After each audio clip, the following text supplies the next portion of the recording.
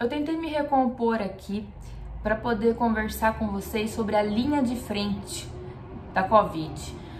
Você sabe o que está acontecendo dentro das UPAs, das unidades de pronto atendimento? Você sabe o que está acontecendo nesse momento nos hospitais? Muitos tiveram um ano atípico em 2020 e escutaram falar desse vírus, às vezes até teve o vírus, mas foi um resfriado, nenhum grande problema. Porém, uma parte da população vai precisar ir para o hospital. E aí começa o perigo. Lá em Campo Grande, a coisa ficou bem feia. Primeiro que lockdown, pessoas respeitando máscara, ficando em casa, nunca teve desde março. Aliás, 2 semanas de março funcionou, não só em Campo Grande, mas em várias partes do país, porque as pessoas estavam com medo do vírus. Elas perderam o medo do vírus. E eu vou mostrar um videozinho bem curto no final, que é um dos motivos que explica por que as pessoas perderam o medo do vírus. Mas por que as pessoas estavam com medo do vírus? Por causa que a gente tinha profissionais no Ministério da Saúde que sabem o que é insuficiência respiratória aguda. E esse medo, ele volta de uma maneira muito rápida se você presencia e se você vê o que esse vírus faz com o ser humano. Os italianos e os primeiros relatos do que estava acontecendo na China, eu li aqui em São Paulo ainda, estava em janeiro, quando eu li os relatos dos primeiros médicos falando que era assustador, que de repente ele viu diversos adultos, jovens e idosos evoluindo de maneira muito rápida e tendo que parar para um respirador. Isso já é um filme de terror, certo? Mas na UPA brasileira é 1000 vezes pior. Eu vou contar uma história baseada em fatos reais. Primeiro, o SUS, que é tão atacado, o sistema privado que em tudo é melhor, o sistema privado mostrou que ele não é páreo para uma pandemia.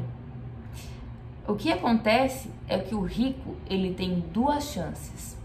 Em Campo Grande, boates como Valerie, Daza, nossa, estão muito pé da vida, com não poder fazer festas, estão brigando, elas conseguem um alvará, elas conseguem a permissão da prefeitura, depois, enfim, ficam lá abertas.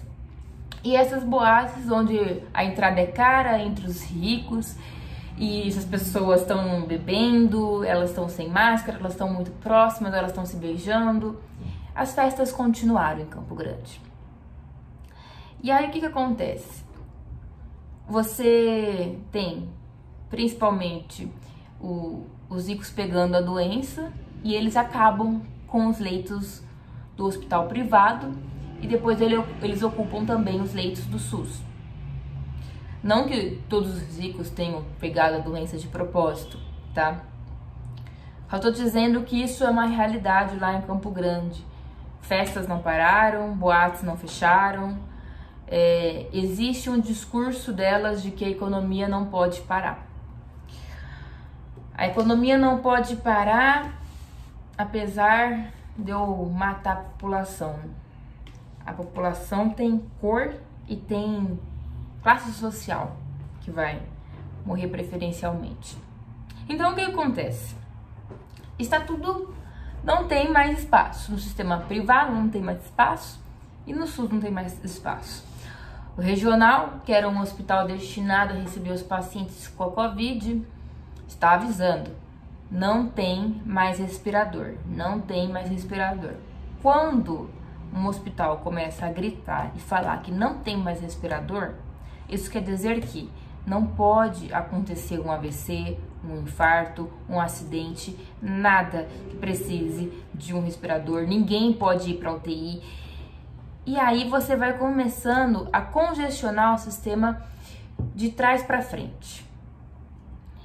Começa pelos hospitais. Aí, você está num plantão um dia na UPA, você está com pacientes gravíssimos, que a UPA ela não tem as condições de um hospital e você não consegue tirar aquele paciente dali. A UPA, ela tinha um lugar só para paciente com Covid. Ali já não cabia mais esses pacientes. Eles tomaram conta da área vermelha inteira, da área amarela inteira. E o que é pior? Lá na UPA tem 3 respiradores. E o que é pior? Está faltando medicamentos essenciais para intubação.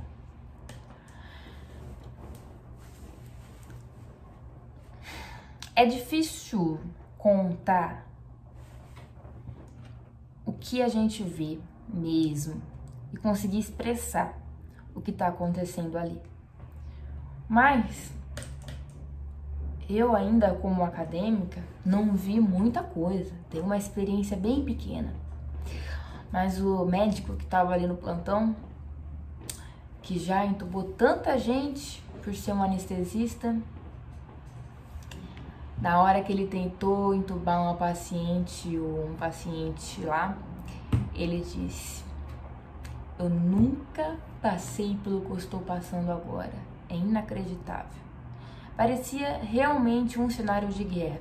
Eu me senti que eu estava no pior país assim africano com o IDH mais baixo do mundo, porque não tinha fio guia para você entubar o paciente, não tinha um relaxante muscular para conseguir passar, estava completamente duro aqui, não tinha anestésicos eficazes, só tinha midazolam para você tentar dar uma derrubada na paciente para conseguir entubar. E por que eu preciso entubar? Simplesmente para esse paciente não morrer com uma parada cardiorrespiratória. O que acontece é que o Covid ele causa uma pneumonia no pulmão. Quando a pessoa começa a perder a saturação, 50% do pulmão dela pelo menos já foi acometido. O que acontece? Ela não consegue oxigenar o sangue direito, porque ela está com o pulmão comprometido, tem uma infecção no pulmão dela. E aí, para ela conseguir ar, ela começa a respirar mais. Então ela vai respirando mais. Uma frequência normal, que é até de 20, começa a ser 25, 26, 30. A pessoa começa a entrar em exaustão. Você não consegue ficar puxando o ar não vir. Você não sentir que você está conseguindo respirar direito. O cansaço é muito grande. A pessoa fica muito cansada. Esse cansaço é a falta de ar, é a falta de oxigênio no sangue. Então, tem pacientes que estão assim, quase, às vezes num estado muito ruim, antes deles serem entubados, eles já perderam o nível de consciência, então eles não vão perceber. Outros estão conscientes, e você tem que explicar: olha, a gente vai passar o tubo em você, depois você vai acordar no hospital. Porque até então, na semana passada, retrasada, aliás, antes desse último evento aí, o hospital estava recolhendo. Mas aconteceu que um dia eu cheguei lá, num dia que o hospital simplesmente parou de receber. Mas a gente não sabia. Então o médico explicou para o paciente: olha, você vai acordar no hospital, a gente vai te anestesiar, tá? Então não se assuste se acordar em outro lugar.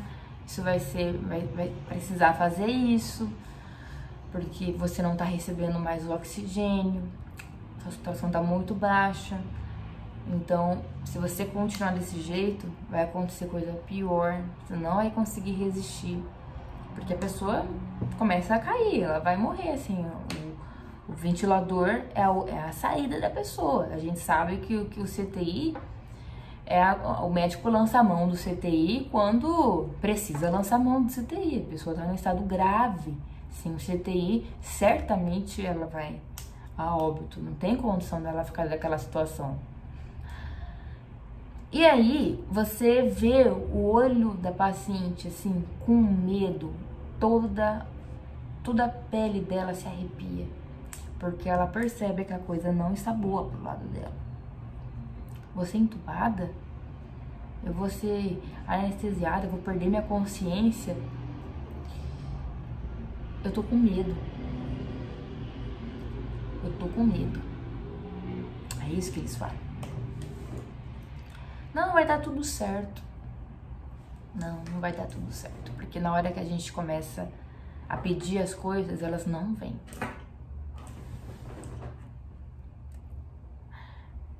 Quando a gente tava entubando ela, inclusive, a enfermeira que tava ajudando falou assim: a paciente aqui do lado tinha uma outra senhora que tinha sido entubada. Antes dela ser entubada, ela perguntou. Ela parou e olhou para os médicos e para as enfermeiras: será que eu vou sair dessa viva?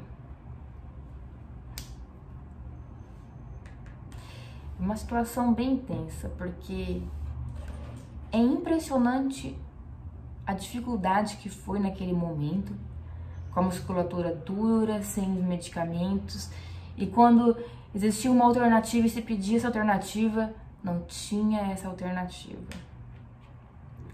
Foi a coisa mais agonizante que eu já vi.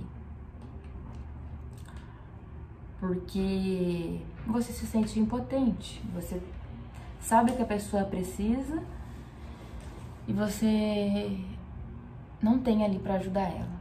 Bom, tudo bem. Outro paciente também chegou na mesma situação, agonizando, sem conseguir respirar, puxando o ar e gemendo. Precisou ser entubado também. Mas tinha um detalhe: existe um monitor. Esse monitor, ele olha, a gente consegue ver a pressão da máquina colocando o ar naquele paciente, ar no pulmão daquele paciente. Veja, a minha máquina, o ventilador, ele tem que contar que a pessoa não está respirando, porque eu vou colocar ar, eu vou fazer a expiração para a pessoa. Então imagina se a pessoa está tentando respirar e ela está expirando, jogando o ar para fora, na hora que o ventilador está querendo empurrar. Você começa uma briga entre o ventilador e a pessoa. E aí você vê a pressão do ventilador só aumentando ali para tentar vencer a pressão que a pessoa está fazendo. E quando a pessoa começa a tossir, querer tirar, aquilo é horrível. E aí, essa situação que está acontecendo, gente, não é só em Campo Grande. A gente tem uma série de capitais e de cidades que colapsaram. E o sentimento que veio é um sentimento de revolta. Revolta porque não precisava ser assim. Não precisava. As pessoas da ciência estão avisando há muito tempo que não precisava ser assim. O que mais revolta é que um simples relaxante muscular no time, mas toneladas de cloroquina vão vencer, inclusive, a validade e vão ser jogados no lixo. O exército fez toneladas de cloroquina por causa de um retardado. E depois de tudo isso, depois de ver o olhar daqueles pacientes chorando e dizendo que eles estão com medo e que eles querem viver e que eles querem sobreviver, eu vou deixar um videozinho aqui pra vocês. Estou com Covid! Estou com Covid! Se as pessoas soubessem o que de fato é essa doença, 1/5 do que é essa doença, se elas pudessem sentir o medo daquele paciente, por 1 segundo, esse cara não estaria mais lá.